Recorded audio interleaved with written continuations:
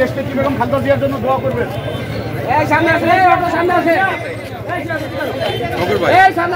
দরকার আছে বুঝতে সামনে আসে, এদিকে আসে।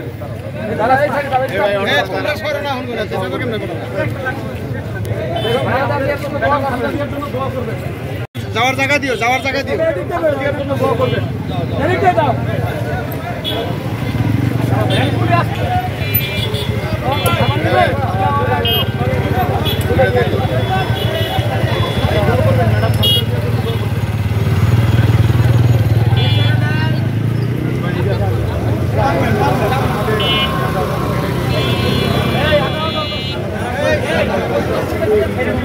বেগম খালেদা জিয়ার জন্য দোয়া করবেন।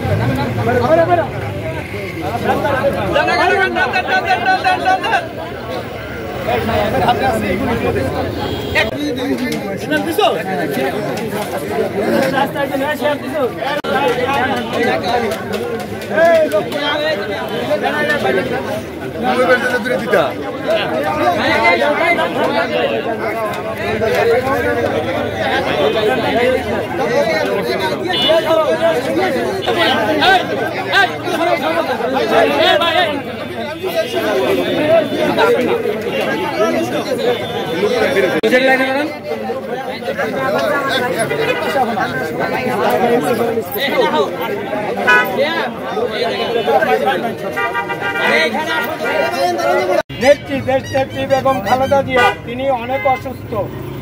আপনারা সকলেই তার জন্য দোয়া করবেন। আল্লাহ তাআলা যেন তাকে পরিপূর্ণ সুস্থতা দান করেন।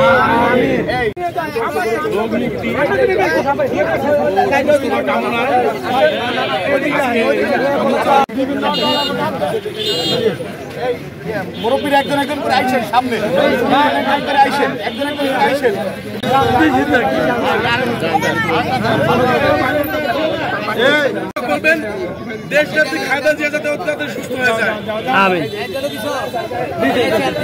আপনারা জানেন আমাদের গণতন্ত্রের নেত্রী দেশনেত্রী বেগম খালেদা জিয়া দীর্ঘদিন যাবত অসুস্থ।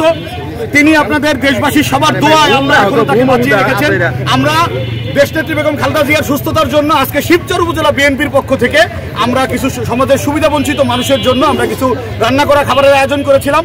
আমরা নামাজের পূর্বেই সেই খাবারগুলি আপনাদের নিয়ে বিতরণ করেছি।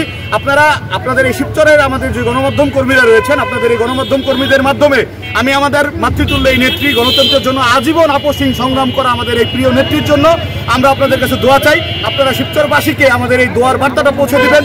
আমাদের প্রত্যেকের নামাজের মোনাজাতে প্রার্থনায় যেন আমরা দেশনেত্রী বেগম খালেদা জিয়াকে রাখি, যেন আল্লাহ আমাদের সকলের দোয়ার বরকতে তাকে দ্রুত সুস্থ করে দেন এবং তার পরিবারের মাঝে তিনি সুস্থ হয়ে ফিরতে পারেন। এই আয়োজনটাই মূলত দেশনেত্রী বেগম খালেদা জিয়ার রোগ মুক্তি কামনা করে এবং তার পরিপূর্ণ সুস্থতা চেয়ে আজকের আমাদের এই আয়োজন।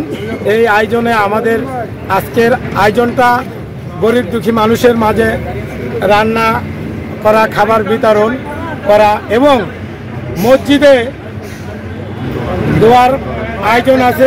ওই আয়োজনে শিবচরের গরিব দুঃখী মানুষও আছে, বিএনপি নেতৃবৃন্দ আছে। নামাজের পরে তার জন্য আমরা সকলেই প্রাণ খুলে দোয়া করব।